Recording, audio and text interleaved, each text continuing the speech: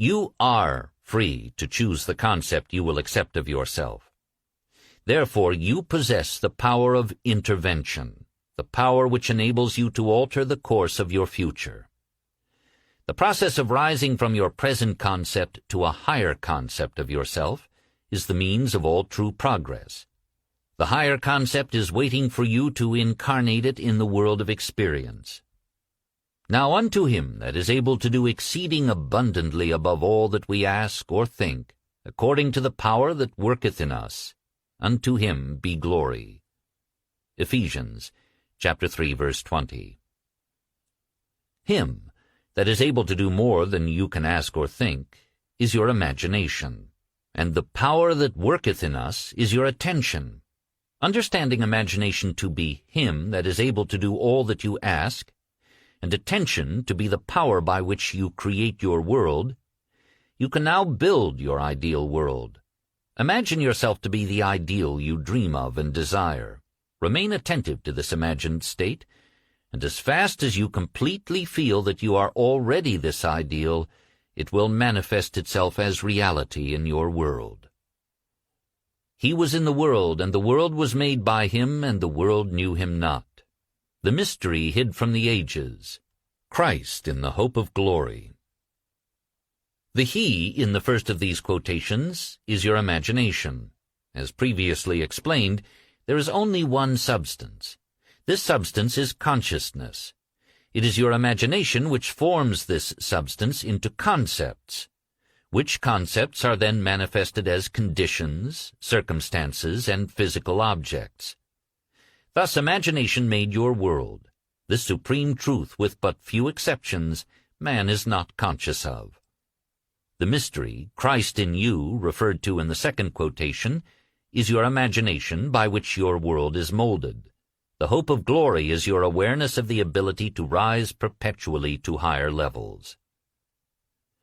Christ is not to be found in history nor in external forms. You find Christ only when you become aware of the fact that your imagination is the only redemptive power. When this is discovered, the towers of dogma will have heard the trumpets of truth, and, like the walls of Jericho, crumble to dust.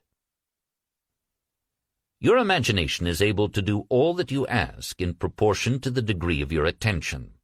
All progress, all fulfillment of desire depend upon the control and concentration of your attention.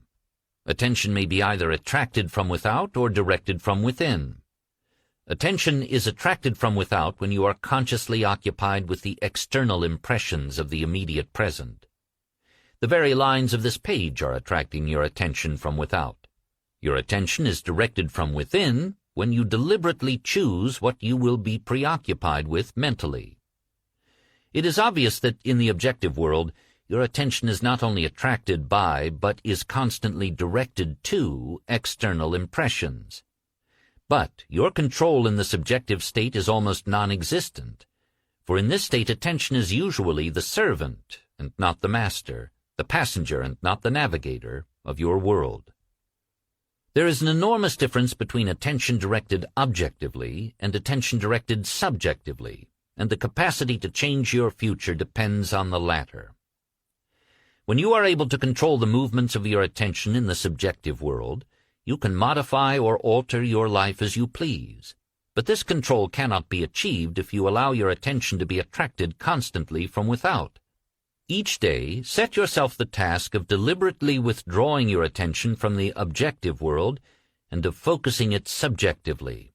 In other words, concentrate on those thoughts or moods which you deliberately determine. Then those things that now restrict you will fade and drop away. The day you achieve control of the movements of your attention in the subjective world, you are master of your fate. You will no longer accept the dominance of outside conditions or circumstances. You will not accept life on the basis of the world without. Having achieved control of the movements of your attention, and having discovered the mystery hid from the ages, that Christ in you is your imagination, you will assert the supremacy of imagination and put all things in subjection to it.